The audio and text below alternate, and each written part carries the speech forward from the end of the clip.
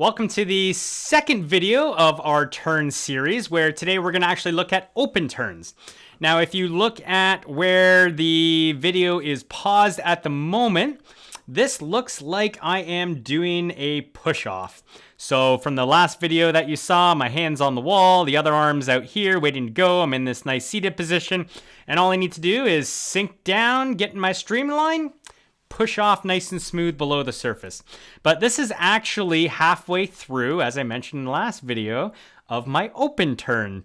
So if I scrub back a little bit, I just need to get to that point, which really isn't that hard.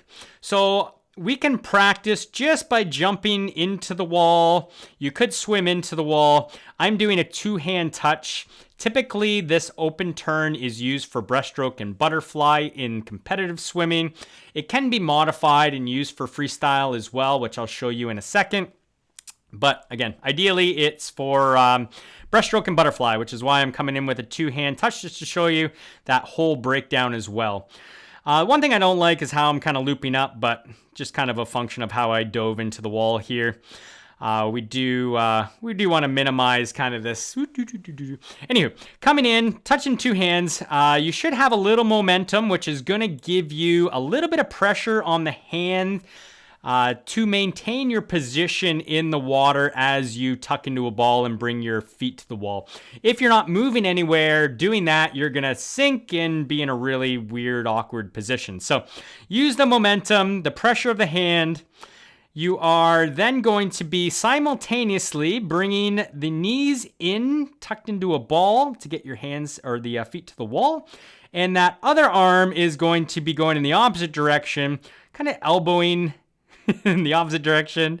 Usually tell the kids, elbow your brother, elbow your sister to get that arm to sneak back out there.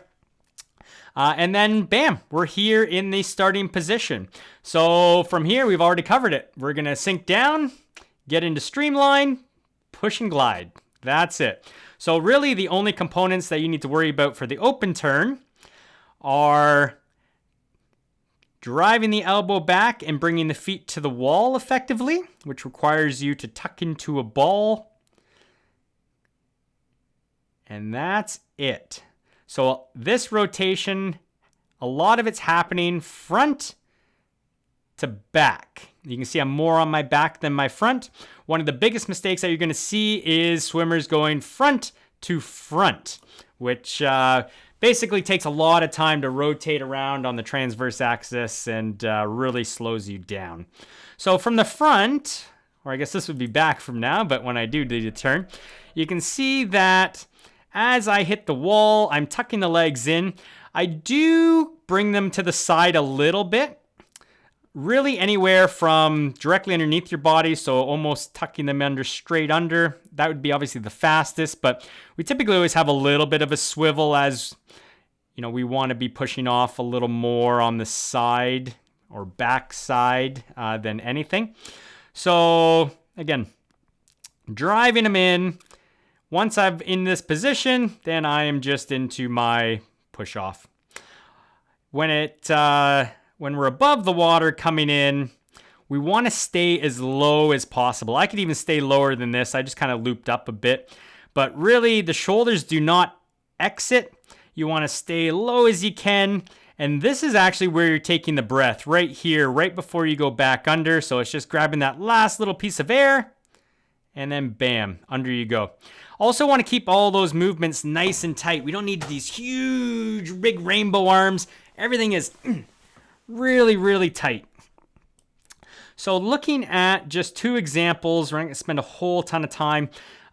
This is also an example of what it would look like coming in, doing an open turn freestyle. So you can see the one arm here that's, you know, pointed in the opposite direction is already going in the direction that you want it to. So you don't have to do anything with that arm anymore. All you need to do is support the body with the hand on the wall, tuck the legs in, and you're back to your starting position.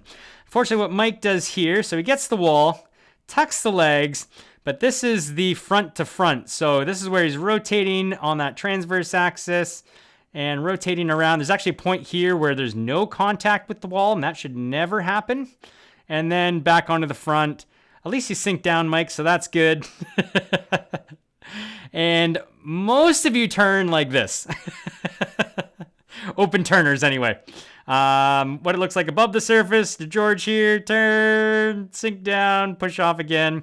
So, again, not very effective in terms of speed or turning around speed.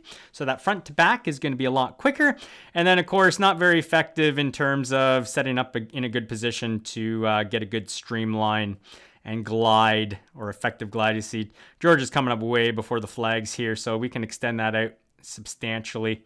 So that is, again, really it for open turns. As you're coming in, tuck the legs, bring the arm back, and then do your push off.